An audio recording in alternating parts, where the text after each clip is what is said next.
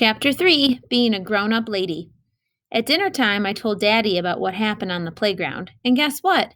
He said the same thing as Mother. You're way too young to have a boyfriend, Junie B, he said. It's nice to have Ricardo as a friend, but little girls should be footloose and fancy-free. I covered my ears when I heard that. Quit saying that about my feet, I said. I don't want loose feet, I tell you. I want grown-up feet, just like Mother has. Just then, Mother looked at Daddy. I think someone is Sleepy, she spelled. I did a mad breath at her. Yeah, only guess what? I'm a grown up lady, and grown up ladies know how to spell, and so I am not one bit slippery, so there. Then Mother did a chuckle, only I don't know why. After that, she got me down from the table, and she took me in the bathroom, and she filled up the tub for my bath. She put lots of bubbles in the water. Also, she gave me bath toys and a washcloth puppet. I gave them right back to her. These things are for babies, I said, and I'm all grown up. Suit yourself, said Mother. After that, she sat down on the floor and she watched me sit in the bubbles. I sat and sat and sat. See me, Mother? See how I'm just sitting here, I said. When grown-up ladies take a bath, we just sit in the water, and we don't splash, and we don't play with baby toys. I sat some more. Then finally I did a big sigh, because I was bored out of my mind, I tell you, that's why. I patted the bubbles a little bit. Sometimes grown-up ladies pat the bubbles, I said, but it's not the same as playing. Mother smiled.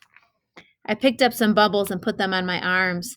Bubbles are good for lady skin, I said again. They make us very smoothie. I put bubbles on my face and chin. Sometimes grown-up ladies enjoy making a bubble beard, I explained, very serious. After that, I covered my whole entire self with bubbles. Hey, it's very fluffery in here, I said, real happy. Mother laughed. You look like a bride in a long white veil, she said. Then all of a sudden, her whole entire mouth came open. Oh my, I almost forgot to tell you the good news, didn't I? Your Aunt Flo called today, and she said she's getting married. Mother clapped her hands together. Aunt Flo, Junie B, Aunt Flo is getting married. Isn't that exciting?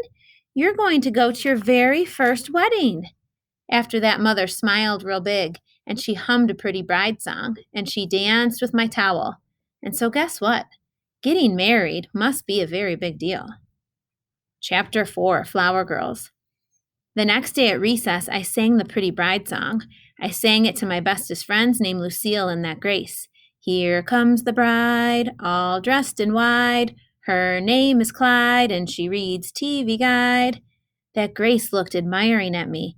Wow, I never even knew that song had words, she said. Of course it has words, silly. Every song has words.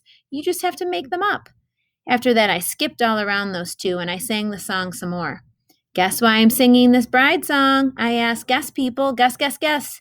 I couldn't wait for them to guess. Because I'm going to my very first wedding ever. On account of my Aunt Flo is getting married. That's why. Lucille clapped her hands, real delighted. A wedding? A wedding? I love weddings, Junie B. Are you going to be the flower girl? Huh? Are you?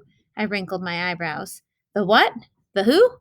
The flower girl, said Lucille. The flower girl is the very first person to walk down the aisle at the wedding. She gets to carry a flower basket, and she throws beauteous flower petals all over the floor. It's really fun, too, Junie B, said Grace. I was the flower girl at my Aunt Lola's wedding, and I got to wear a long satin dress, and I only tripped 2 times. Lucille fluffed her fluffy hair. Yes, well, I've been the flower girl in 3 weddings, Grace. I've worn 3 long satin dresses, and all of them had matching purses and shoes and hats, plus one of them had a blue fake bunny fur cape, and I never tripped at all. So that makes me the best flower girl, probably. Grace's face drooped a teeny bit.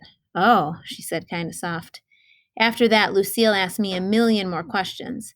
What kind of flower girl dress are you going to wear, Junie B, huh? Is it going to be long or short? What color will it be, do you think? So far, I've worn yellow and pink and blue. She tapped on her chin. I wonder what kind of flower petals you're carrying in your basket. Tell your Aunt Flo that I prefer rose petals.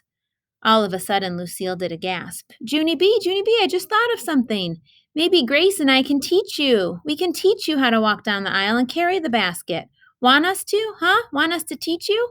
I jumped up and down. Yes, I said, of course I want you to, Lucille.